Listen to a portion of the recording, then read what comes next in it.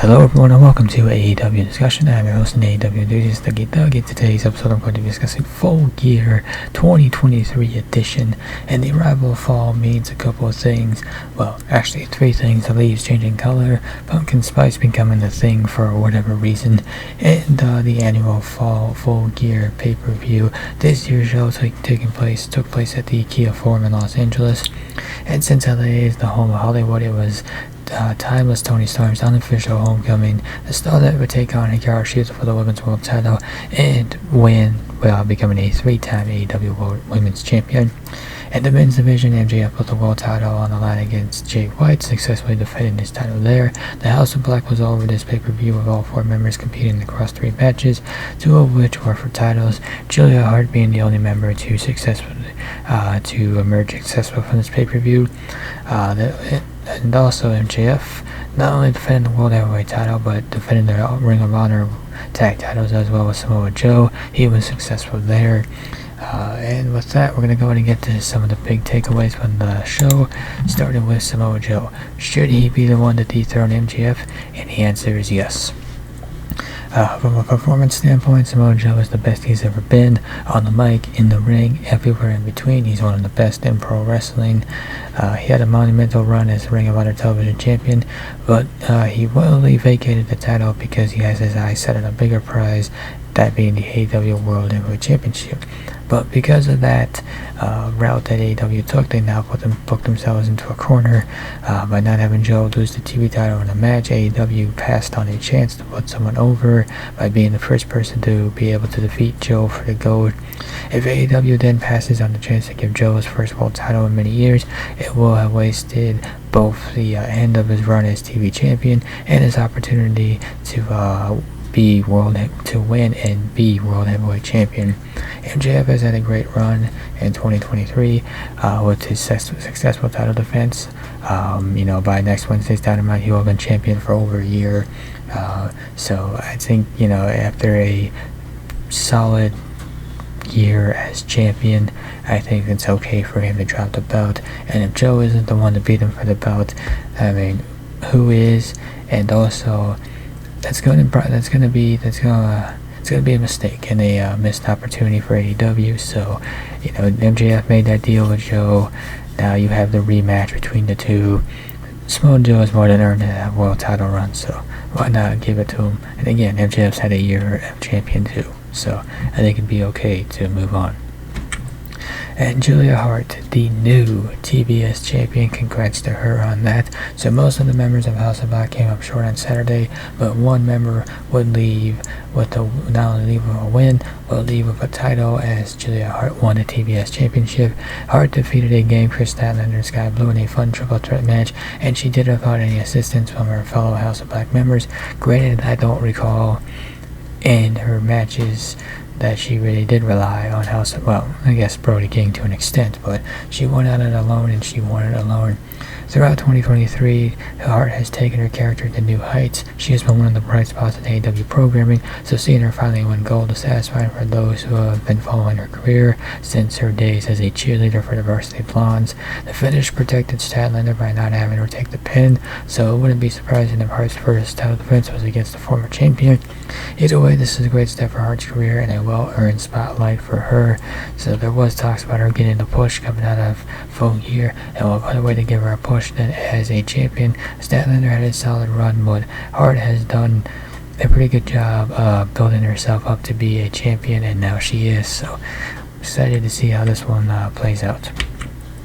And then Texas Deathmatch. So this isn't the kind of match that is for everyone, and personally, I don't dislike it, but what I do dislike is the overbooking of the match. I get it's supposed to be violent, I get it's supposed to be extreme, but I feel like in a way it gets overdone, and this match was another prime example. Like, there's just no reason to bring a staple gun into a match and then staple another guy repeatedly.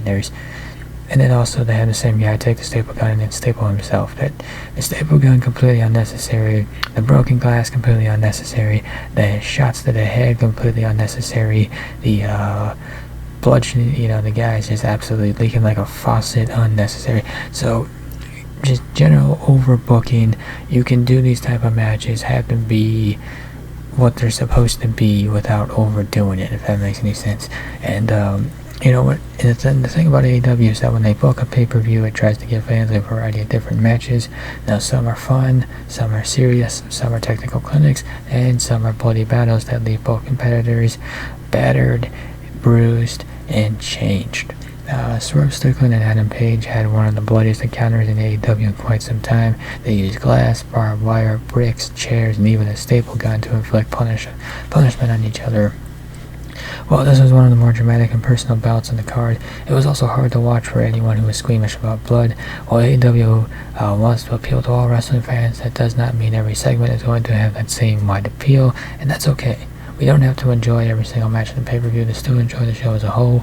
Fans of hardcore wrestling were overserved by this bout, but there were probably some fans that found something else to do until the fight is over. I mean, I attempted to watch the whole thing, ended up falling asleep somewhere in the middle of it, not because it was a boring match, but just because it's a 4-hour pay-per-view, ladies and gentlemen. That's rough. I think another thing AEW should work on is just try not to run a 4-hour pay-per-view, because trying to stay awake for that long watching something, it's rough. I don't know if anyone else has those issues, but I certainly do for whatever reason. And MJF. So he's been on quite the run as a good guy with the World Championship in the he's been on quite the good guy run since he started teaming with Adam Cole and won the Ring of Honor tag team titles. But there was always that question looming over has he changed his ways? Has he truly become a good guy?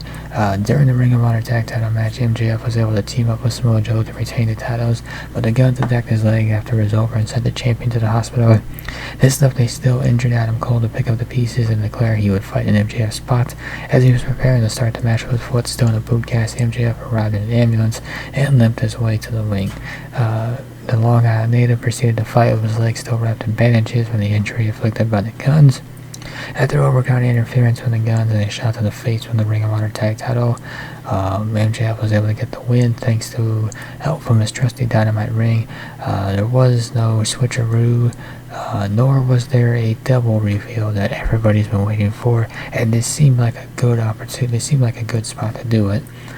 So because of that, this was a bit of a mixed bag aside from the match itself being entertaining to an extent, although I do think Jay White kind of got screwed in the booking department here. You had a guy on one good leg and you couldn't beat him. I mean, that's not a great look. It's not really a great look.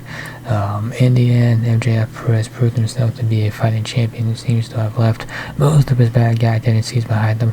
Full Gear was a good show, but it was not without its issues. Texas Deathmatch, talked about that one. Jay White getting screwed from a booking standpoint, that's a big one right there. This world title match was not very well booked. It was entertaining to an extent, but yeah, it was not very well booked. So in conclusion, Full Gear had a really strong middle portion with great work from young stars in the women's division, a solid ladder match, and despite its rough match, a Texas death match that made the stars Swerve Strickland. The opening trios match featured plenty of current and future Hall of Famers, but never reached the quality that most AEW pay-per-view openers are synonymous with, and the last two matches featured gaps within the logic of the creative that ultimately drive the overall quality down. MJF remaining a focal point is the right call, but him and Jay White deserve better than whatever mess they were thrust into Saturday. The inconsistency within the creative is beginning to show itself more than at any point in AEW history. Tony Khan and the rest of his team should step back and work to shore up some things, or you'll have nights like this, where just certain issues that could have been avoided just pop up. Now, was Full Gear a bad show? No, I wouldn't say it was a bad show. Was it a great show? No, it was not a great show. It was a good show, but not a great one. And the conclusion was kind of like a thud. Kind of not really the greatest conclusion to it. Still solid pay-per-view. With that, we'll go and wrap up this episode of AEW Discussion. If you enjoyed this episode, be sure to hit that like button down below.